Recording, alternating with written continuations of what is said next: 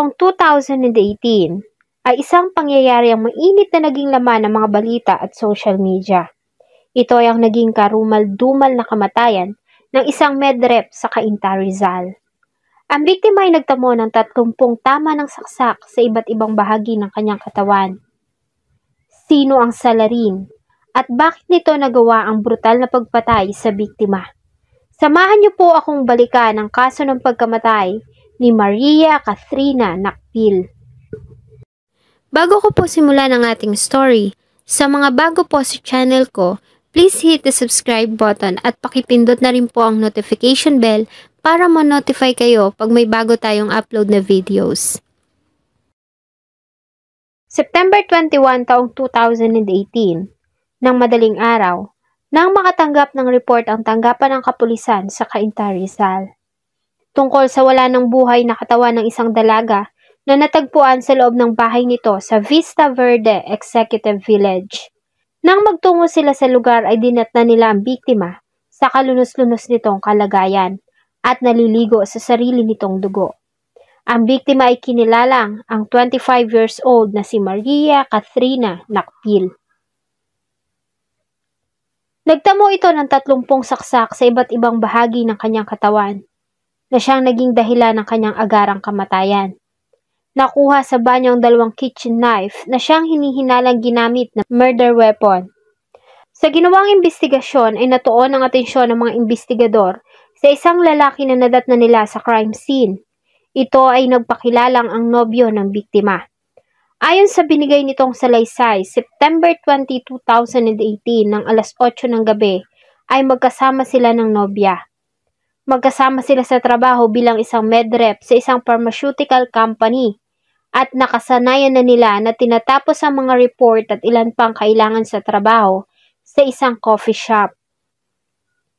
Alas 12:30 na ng hating gabi nang matapos nila ang ginagawa at magdesisyon na umuwi na. Dahil nga may sari-sarili namang sasakyan, ay naghiwalay sila ng nobya sa parking lot. Sumakay na ito sa sarili nitong sasakyan para umuwi sa Cainta. Siya naman ay tinahak na din ng daan pauwi ng Valenzuela. Habang nagmamaneho, ay nanatili naman silang magkausap sa telepono. Dahil mas malapit sa area ay unang nakarating si Cathrina sa tinitirhan nito. Sinabi nito sa kanya na magtitimpla lamang siya ng tsaa para inumin bago ito matulog. Subalit bigla na lamang nagkaroon ng komosyon sa kabilang linya. Narinig niya mula doon na tila may lalaking kausap ang nobya at sinabi ang mga katagang binigay ko na sa iyo lahat. Matapos noon ay sunod-sunod na kalampag na lamang at ungol ang kanyang narinig. Dahil sa pag-aalala ay agad niyang iniikot ang sasakyan at tinahak ang daan patungo sa bahay nito. Nang dumating siya sa lugar ay sarado ang gate ng bahay, kaya naman ay nagpasya na siya na akyatin ang bakod. Dahil sarado ang pintuan sa harapan ay nagtungo siya sa likuran at dito ay nakita niya ang bahagyang nakabukas na pintuan. Nang makapasok ay dito na niya nakita ang kalunos-lunos na kalagayan ng nobya. Sinubukan pa umano niya itong dalhin ng hospital, subalit dahil nga sa nagkalat na dugo at madulas na ang katawan, ay kinaladkad niya ito hanggang sa pintuan. Lumabas siya ng bahay at sinubukang humingi ng tulong hanggang sa makontak niya ang pinsan ng biktima. Sa ginawang forensic analysis ng mga investigador, ay nagawa nilang makuha ang mga fingerprints ng nobyo ni Cathrina sa crime scene, kaya naman nabuo sa kanilang hinala na may kinalaman ito sa nangyari.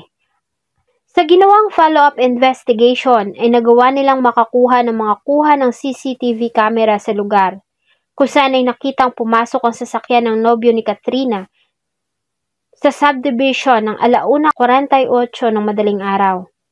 At sa isa pang kuha ng CCTV galing sa isang bahay malapit sa bahay ng biktima, ay nakita itong muli na lumabas ng bahay at luminga-linga sa paligid bago tumakbo.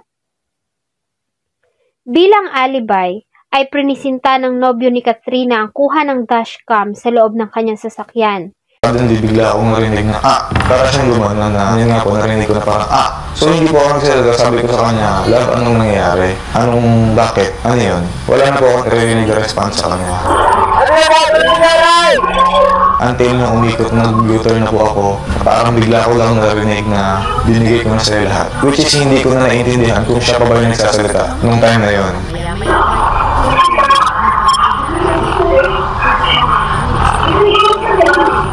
Sa ginawang analysis sa nasabing recording, ay kinumpirma ng mga pulis na legit ang nasabing ebidensya at nagsasabi ng totoo ang nobyo ni Kathrina Nakpil. Ngunit sino ang salarin? Muli nilang binalikan ang kuha ng CCTV sa gate ng subdivision noong mangyari ang krimen.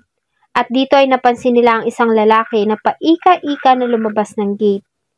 Sa ginawa nilang follow-up investigation, ang nasabing lalaki ay nakilala nilang ang 26 years old na si Jimmy Boy Magnilong, isang construction worker na nagtatrabaho sa ginagawang gusali sa likod lamang ng bahay nila Kathrina. At ang nakakapagtaka pa ay bigla na lamang itong naglaho at hindi na pumasok sa trabaho matapos ang nangyari. Ayon sa mga kasama sa trabaho, ay 3 linggo pa lamang na nagtatrabaho doon si Magnilong. Ayon sa kanila noong gabi ng September 20, 2018, kasama ang ilang kasama sa trabaho ay nag-inuman sila kasama ang suspect. Nang sumapit ang pasado alas 9 ng gabi, ay nagpaalam ito sa mga kainuman. Sa lugar kung saan nagtatrabaho si Magnilong, ay na-recover ng mga investigador ang ilang personal na gamit nito, kabilang na dito ang ID. Sa pamamagitan ng nasabing identification card, ay napag-alaman nila na ito pala ay residente ng Urdaneta, Pangasinan. Agad na ikinasa ang malawakang manhunt operation laban sa suspect na si Magnilong at tinungo nila ang tinitirhan nito sa Pangasinan. Subalit wala doon ang kanilang pakay. Sa pagtungo nila sa Pangasinan ay napag-alaman nila na si Magnilong ay dati nang nakulong ng 6 na taon sa kasong panggagahasa sa isang minor de edad. At nakalabas lamang dahil sa pumayag ang pamilya na makipag-areglo. Subalit makalipas lamang ang ilang buwan ay muli itong nasangkot sa kasong pagpatay at kasalukuyang nasa wanted list ng Pangasinan PNP. Dahil sa mga circumstantial evidence ay opisyal nang sinampahan si Jimboy Magnilong ng kasong pagpatay sa Prosecutor's Office ng Cainta, Rizal. Agad na ikinalat ng mga panawagan at larawan nito kalakip ang 100,000 na pabuya sa kung sino ang makakapagbigay ng impormasyon sa kinaroroonan nito. Sa nasabing paghahanap ay nakatanggap ng tawag ang mga pulis mula sa isang informant sa Agoo, La Union. Nang magtungo sila doon ay tila naman nakatunog ang pakay dahil sa hindi na nila ito dinatnan. Subalit sa bahay na tinuluyan nito sa Agoo, ay nagawa namang ma-recover ng mga pulis ang isang pares ng tsinelas at pantalon na naiwan ng suspect. Ang nasabing pantalon ay positibo namang kinilala ng ina at kapatid ni Kathrina na ito ay pagmamay-ari ng kapatid na lalaki ng biktima. Hanggang ngayon ay pinaghahanap pa rin ng mga pulis ang suspect na si Jimmy Boy Magnilong at nanawagan sila na kung sino man ang nakakaalam sa kinaroroonan ng suspect ay agad na ipagbigay alam sa kanilang tanggapan. Hanggang ngayon ay hustisya pa rin ang hinihiling ng mga iniwan ni Kathrina. Si Kathrina ay isang responsableng anak. Ito kasi ang panganay sa 3 magkakapatid. Taong 2000 ay nilisan ng kanyang ina ang ating bansa para magtrabaho sa Japan bilang hotel staff doon. Naiwan na kay Kathrina ang pangangalaga sa 2 kapatid. Ayon sa ina nito ay wala siyang naging problema kay Kath at hindi niya rin ito narinig na nagreklamo. Habang nag-aaral ng kolehiyo ay nagagawa pa nitong maging ina at ama sa 2 kapatid. Kahit pa nga malaki ang bahay ay wala silang katulong. Silang magkakapatid na ang nagtutulungan sa mga gawain. September 21, 2018 ng hapon ay dumating ang ina at kapatid na bunso ni Kath galing ng Japan matapos na matanggap ang balita sa nangyari. Ang katawan ni Kathrina ay cremate sa Heaven's Gate 1, Cogeo, Antipolo, Rizal.